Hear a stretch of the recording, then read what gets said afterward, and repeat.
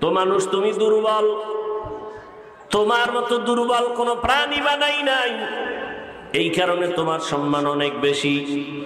এখন তুমি দুনিয়াতে চলতে গেলে জমিনের হালাত বড় খারাপ, যেখানেই তুমি তাকাও গুনাহ গুনাহ গুনাহ, নেক আমল করার কায়দা নাই। তোমার পেছনে আবার 3 ধরনের শয়তান তোমাকে টানতেছে জান্নাতে যাইতে যেন না পারো। এক শয়তান মানুষ শয়তান, আর এক শয়তান জিন শয়তান, আর এক শয়তান হলো তোমার শরীরের মধ্যে নফস শয়তান।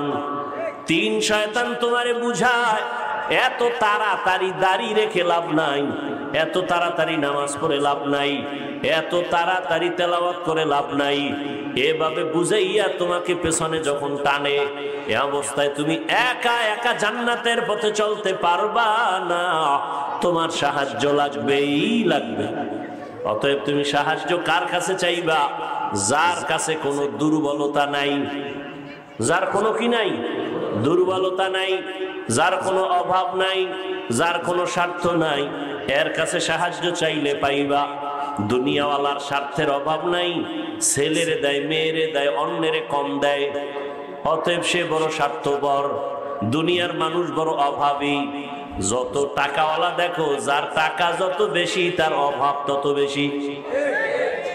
গরিবের টাকাও নেই, অভাবও নেই, কোনো টেনশনই নেই, এক না পায় ঠান্ডা। সাহায্য প্রার্থনা করো হে মুমিন। কোন বেঈমানকে সাহায্য চাইতে আল্লাহ বলেন নাই, আল্লাহ বলেন যারা মুমিন তোমরা সাহায্য প্রার্থনা করো। মুসিবত আসবে, আমি আল্লাহ যাকে বেশি ভালোবাসি তাকেই তো মুসিবত দিয়ে পরীক্ষা নিব। স্বামী আর স্ত্রী বড় ভালো মানুষ, স্ত্রীও একজন ভালো বাবার সন্তান, নামাজ কামাই দেয় না, স্বামীও নামাজ ছাড়ে না। একদিন স্ত্রী স্বামীর সাথে হাসি মুখে কথা বলতে বলতে বলে, স্বামী আমার, তুমি আমাকে কেমন মোহাব্বত করো, ভালোবাসো। স্বামী ডাক দিয়ে কয়, আমি তোমাকে জীবনের বিনিময়ে হলে মোহাব্বত করি, ভালোবাসি।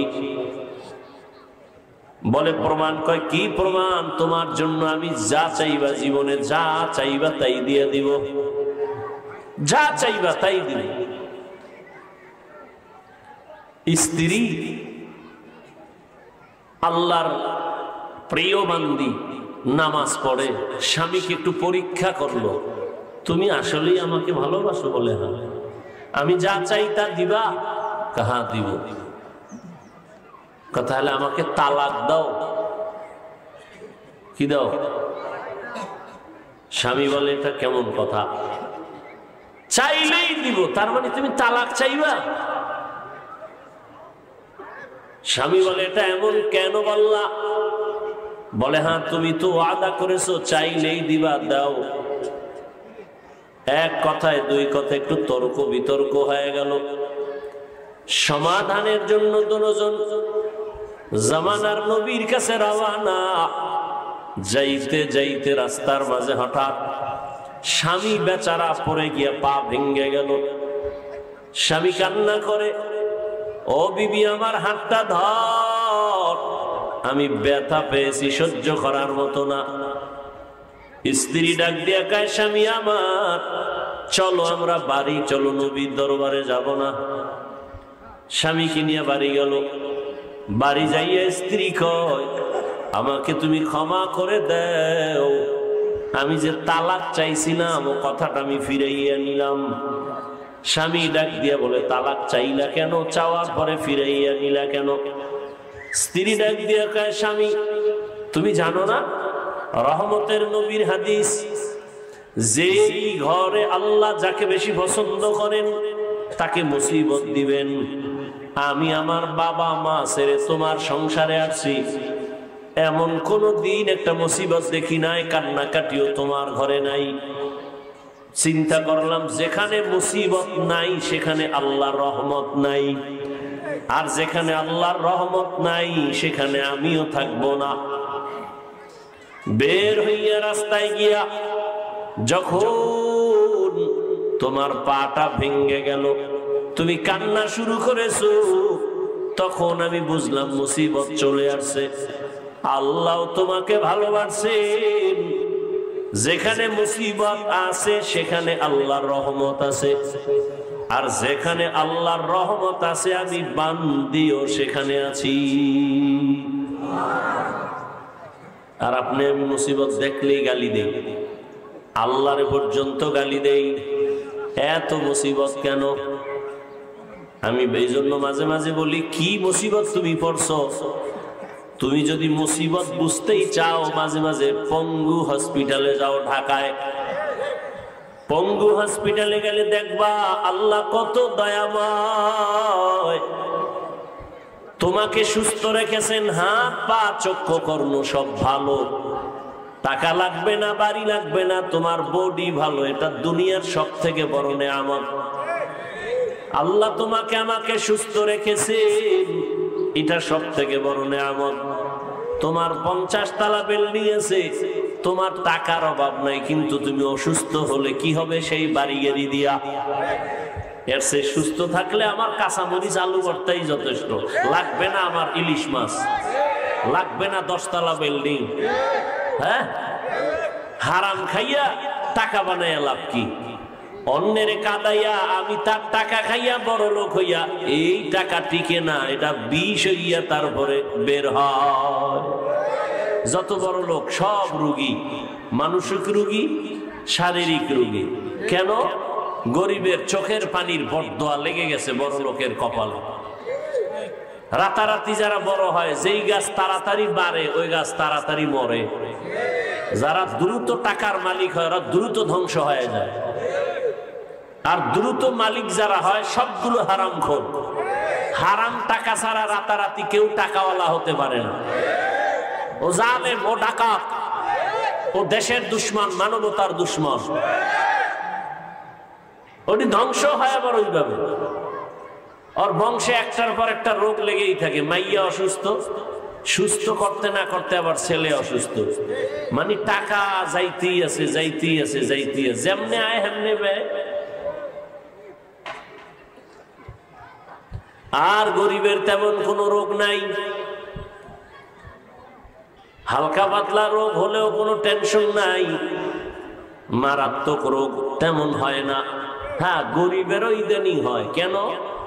গরিবেরাও টাকা পয়সা যা পায় কামাই করে ঘাম ফালাইয়া যতটুকু হালাল, কিন্তু এটি আকামে ব্যয় করে। তাস খেলবে, জুয়া খেলবে, লুডলু খেলবে, এরপরে কি বিড়ি টানবে, গাঞ্জা খাইব, আরো কি কি জানি আছে। এরপরে যাইব লোন উঠাইতে। কেন? ফকিন্নির বাচ্চা কতটি আছে, ও কয়েক টাকা কিস্তিতে দিবে, দিয়া তো কিস্তি তো দিতে পারে না, ও মরে, আর মাইয়া ফোলাটিরও ধ্বংস করে, বউটাও ধ্বংস হয়ে যায়, ওর কারণে পুরা সংসার শেষ। অধিকাংশ গরিবের হালাত এই জন্য এটি মরে তাড়াতাড়ি, এটি রোগও হয় মারাত্মক। হারামে কোনো আরাম নাই। কই এত মহামারী করোনা গেল, কত মাস্তানরা মাথা নত করে দিল, আমগো হুজুরেরা তো কেউ মরে নাই, একটা মাদ্রাসা তো বন্ধ হয় নাই। আর ওই টাকাওয়ালারা মাস্ক লাগাইছে, ট্রিপল মাস্ক, মরবে না। বাবারে করোনায় ধরছে, কুলাঙ্গার সন্তান কাছে যায় না, করোনা, মরবে এই ভয়ে। আর সেই লাশগুলো হুজুরেরা ধোয়াইয়া, গোসল করাইয়া, কাফন পরাইয়া, জানাজা পরাইয়া কবরে রাখলো।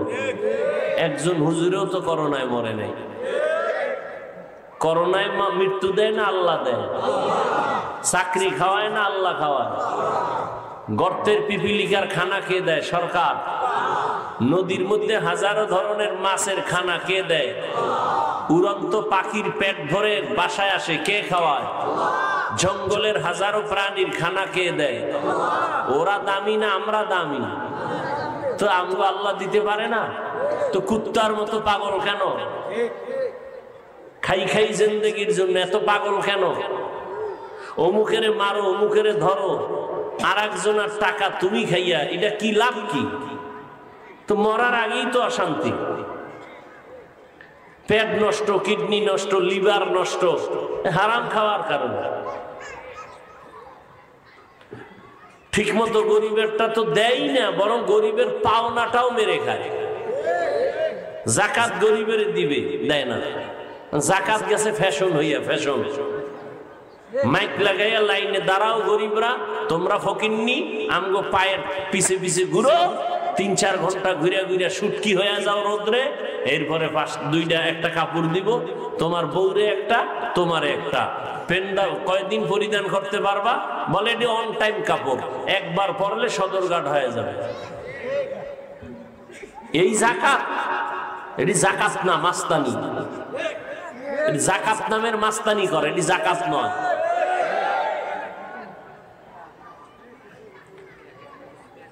সত্য কথা বলবে কে, শুনবে কে? আমি বলতেছি, আপনাদের এলাকার কোন মসজিদের খতিব সাহেব জুমার দিনে এই কথাগুলো বলুক না। বহু বেয়াদব দাঁড়ায় যাবে, হুজুরের চাই না। এরকম বেয়াদব আছে না নাই? শিয়ালের হাতে মুরগি। কার হাতে মুরগি? শিয়ালের হাতে মুরগি দিলে যা হয়, হারামখোর, সুদখোর, ঘুষখোরকে ধর্মের চাবি তার হাতে দিলে তো ধর্মের অবস্থা তাই হবে। মসজিদের মুসল্লি চালাইবে ইমাম আর খতিব, আর এখন মসজিদের মুসল্লি না, ইমাম শুদ্ধ চালায় কমিটির মাস্তানেরা, যারা এলাকার বড় সুদখোর। আমি সেদিন ঢাকায় বলছি যে যত বড় ভিআইপি সে তত বড় মদখোর, যে যত বড় ভিআইপি সে তত বড় সুদখোর, যে যত বড় ভিআইপি সে তত বড় দুর্নীতিবাজ। মসজিদে রাজনীতি চলবে না। বাংলাদেশের সব থেকে বেশি রাজনীতি করে এই দুনিয়াদারেরা মসজিদ নিয়ে। খালি সব চাপ হুজুরের কাছে, হুজুরের উপর। এই জন্য সব হুজুরকে বলছি, চাকরি ছেড়ে দাও, ময়দানে নেমে আসো। জমিনকে নাপাক করে ফেলেছে দুর্নীতিবাজেরা। আলেমরা এই জমিনকে হাতে নিতে হবে পবিত্র অবস্থায়। ছেড়ে দাও চাকরি, রিজিক দিবে আল্লাহ, পিপিলিকারে আল্লাহ দিতে পারলে আমাকেও পারবেন। কিসের চাকরি?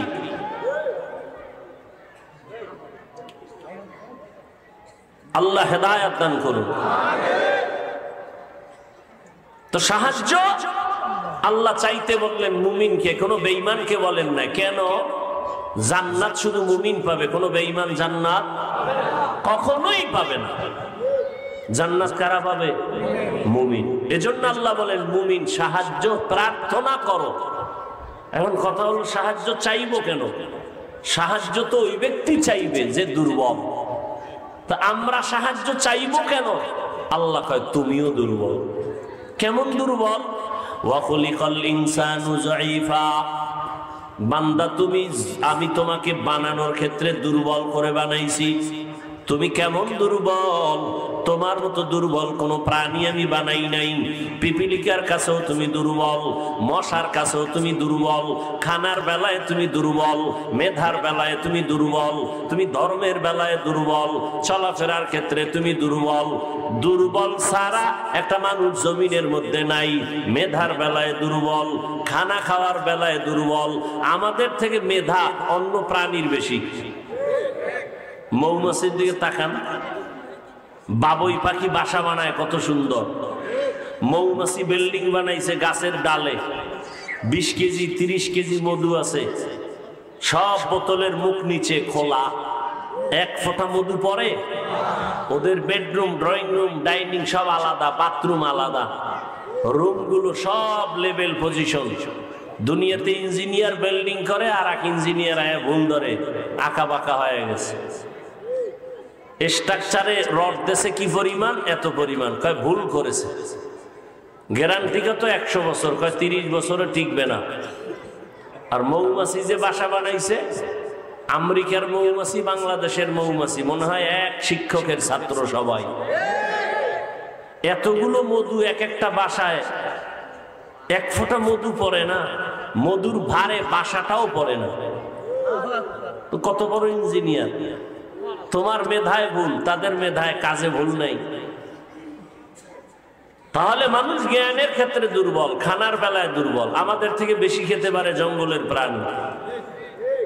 কোহে কাফ একটা পাহাড় আছে, ওখানে একটা প্রাণী বসবাস করত, নাম হলো সিমোন। প্রতিদিন তার খাদ্য 40টা মোটা তাজা হাতি। আচ্ছা ঢাকায় যান, চিড়িয়াখানায় বাঘের খানা কত? একটা বাঘ লেখা আছে প্রতিদিন একটা বাঘের খাদ্য 17 কেজি গোশত। সরাইলে পারবে কোনো খাদক আছে এরকম? 17 কেজি মারবে 3 বেলায়। বাঙালি না পারলেও ধাক্কা ধাক্কি চলে সারা রাত। ডাক্তার মিষ্টি খাইতে হারাম করে দিছে, হারাম মিষ্টি খাবি না মরবি। এরপরও গেছে সবে বরাতে মসজিদে জেলাপি খাইতে। হে খাইতে যাইয়া প্যাকেট নিবে, একটা 2টা লইয়া মারামারি করতে গিয়া প্যাকেট যে একটা পাইছিল ওটাও হারাইছে। শেষ পর্যন্ত খালি হাতে যায় আর কই মসজিদে আল্লাহ তুমি আর আইলো না, জেলাপি পাইলাম না কেন? তো বাঙালি খাইতে পারে না, কিন্তু ধাক্কা ধাক্কি এই যত মামলা হামলা তো খাই জিন্দগির জন্য।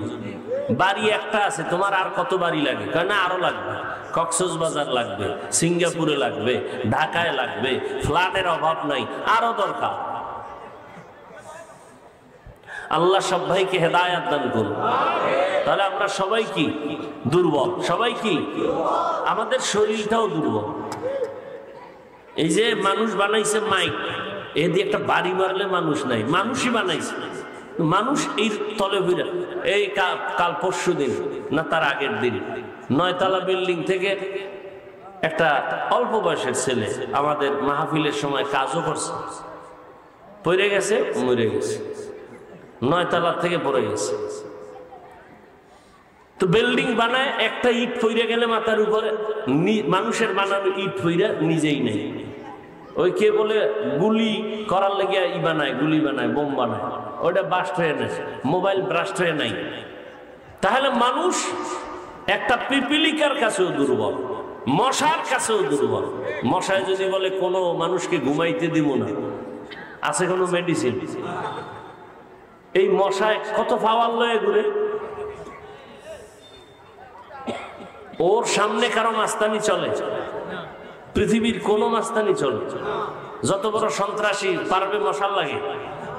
এই মশাকে কেন্দ্র করে কোটি মানুষ খানা নেয়, খানা খায়। খালি মশা আছে এই জন্য বেতন পায়। মশারির ফ্যাক্টরি, কয়েলের ফ্যাক্টরি, স্প্রের ফ্যাক্টরিতে সব কিছু মশার জন্য। তো মশা কয় আমার পাওয়ারটা কত যে আমি কত মানুষের খাওয়ানোর ব্যবস্থা করছি, খালি আমি মশার কারণে। ফ্যাক্টরি, রড মশার ফ্যাক্টরি, মশারির ফ্যাক্টরি, এরপরে কয়েলের ফ্যাক্টরি, সব মশাকে কেন্দ্র করে।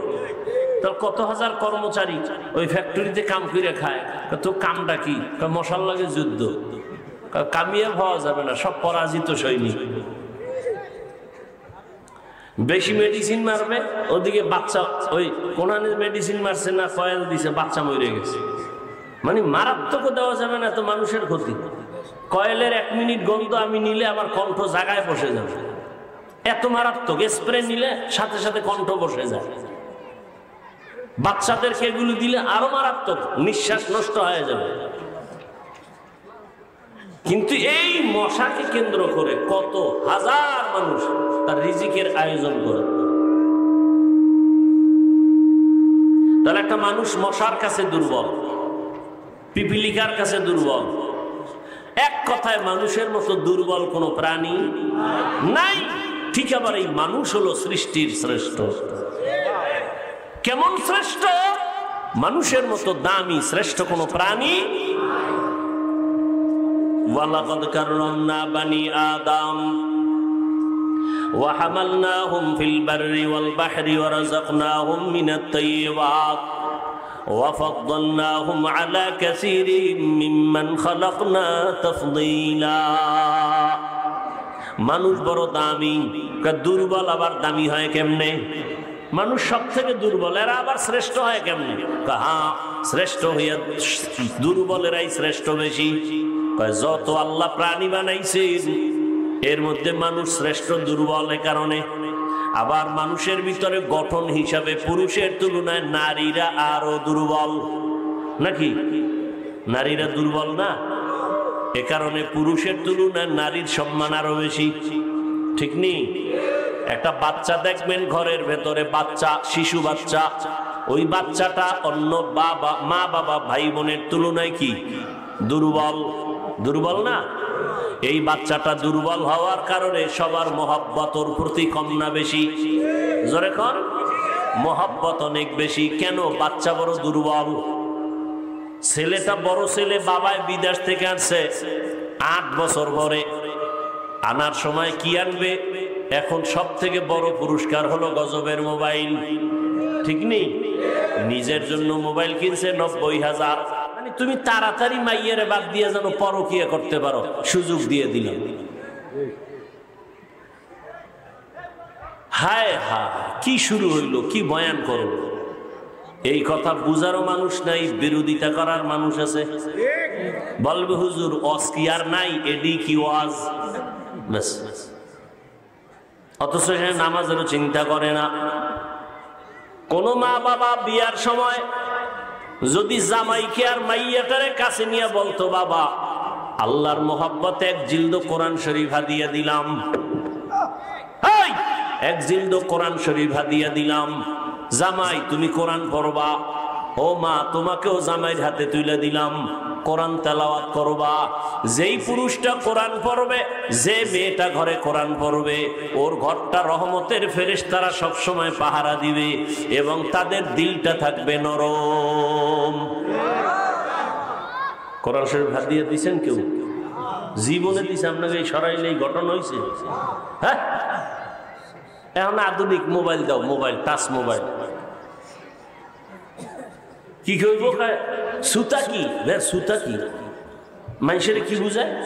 এই মোবাইল দিলা, হ্যাঁ ভিডিও কলে কথা কইবে, আমি বিদেশ যাবো না, কথা বলবো। এখন এদিক দিয়ে কথা বলবে কইয়া লাইন গেছে অন্যদিকে, নেটওয়ার্ক ঘুরে গেছে, নেটওয়ার্ক ঘুরে গেছে। বৌরি জিগায় কাল লাগে কথা কইল, কাল লাগে মানে তুমি বুঝো না, কাল লাগে কই আমার আছে কি স্বামী ছাড়া? ওদিকে ওই মগায় টাকা পাঠায়, সব টাকা আকামে খরচ করে, শেষ পর্যন্ত এই ঘটনা বাংলাদেশে কম হইছে, কম হইছে। আমি তুই অন্য কথাই কইতেছি, আমি তো বানায় কইতেছি। এই আকাম তো সব ঘরে ঘরে চলতেছে। সারাদিন সারা রাত খালি মোবাইলের গজবের বয়ান করলে শেষ করা যাবে না, কিন্তু এই গজব লয়ে 24 ঘন্টা মসজিদে, মাদ্রাসায়, হাটে, বাজারে এই গজব আছেই। বিছানায় ঘুমাইতে গেল এই কানের মধ্যে তার লাগাইছে, কি তেলাওয়াত শুনে? হ্যাঁ যুবক, তুমি বুঝো যে এই যে এটার কি কয়, ওই কানে ঢুকাও, কি কয় এটারে? এটা কানে ঢুকাইলে কানের কি লাভ না ক্ষতি তুমি জানো, তারপরে আকামটা করতেছে। এরপরে এই অবস্থায় যদি আজরাইল আসে, আল্লাহ হেদায়েত দান করুন। তো মানুষ তুমি দুর্বল, তোমার মতো দুর্বল কোন প্রাণী বানাই নাই, এই কারণে তোমার সম্মান অনেক বেশি। এখন তুমি দুনিয়াতে চলতে গেলে জমিনের হালাত বড় খারাপ, যেখানেই তুমি তাকাও গুনাহ গুনাহ গুনাহ, নেক আমল করার কায়দা নাই। তোমার পেছনে আবার 3 ধরনের শয়তান তোমাকে টানতেছে জান্নাতে যাইতে যেন না পারো। এক শয়তান মানুষ শয়তান, আর এক শয়তান জিন শয়তান, আর এক শয়তান হলো তোমার শরীরের মধ্যে নফস শয়তান। 3 শয়তান তোমারে বুঝায় এত তাড়াতাড়ি দাড়ি রেখে লাভ নাই, এত তাড়াতাড়ি নামাজ পড়ে লাভ নাই, এত তাড়াতাড়ি তেলাওয়াত করে লাভ নাই। এভাবে বুঝাইয়া তোমাকে পেছনে যখন টানে, এ অবস্থায় তুমি একা একা জান্নাতের পথে চলতে পারবা না, তোমার সাহায্য লাগবেই লাগবে। অতএব তুমি সাহায্য কার কাছে চাইবা? যার কাছে কোনো দুর্বলতা নাই, যার কোনো কি নাই, দুর্বলতা নাই, যার কোনো অভাব নাই, যার কোনো স্বার্থ নাই, এর কাছে সাহায্য চাইলে পাইবা। দুনিয়াওয়ালার স্বার্থের অভাব নাই, ছেলেরে দেয়, মেয়েরে দেয়, অন্যেরে কম দেয়, অতএব সে বড় স্বার্থপর। দুনিয়ার মানুষ বড় অভাবী। যত টাকাওয়ালা দেখো, যার টাকা যত বেশি তার অভাব তত বেশি। গরিবের টাকাও নেই, অভাবও নেই, কোনো টেনশনই নেই, এক না পায় ঠান্ডা। কি? আর যার টাকা বেশি তার পেরেশানি বেশি, তার অভাব বেশি। তাহলে দুনিয়ার সব মানুষ স্বার্থপর, অভাবী। আল্লাহ বলেন, বান্দা পেছনে টান নাই, দুর্বলতা নাই, তিনি হলেন একমাত্র কে? ইয়া আইয়ুহান নাস আনতুমুল ফুকারা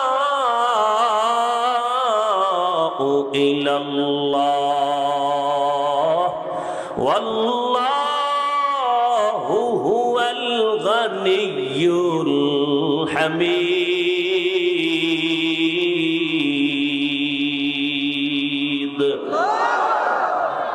আল্লাহ তাআলা বলেন, দুনিয়ার সব মানুষ তোরা ফকির, আমি আল্লাহ ধনী।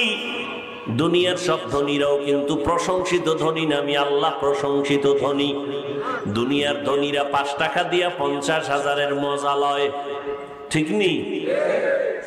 মসজিদে 50,000 টাকা দিয়ে কয় মসজিদ তো আমি কইরে দিছি, এরকম আসেনি? আল্লাহ কয় দেখ, দুনিয়াওয়ালারা দিয়েও খোটা দেয়, আর আমি আল্লাহ দিয়া খোটা দেই না, বরং আমি আল্লাহ প্রতিদিন রাতের বেলা দেওয়ার জন্য প্রথম আসমানে হাজির হয়ে যাই। কার কি প্রয়োজন আমি দেওয়ার জন্য রেডি। বেঈমানও চাইলে দিব।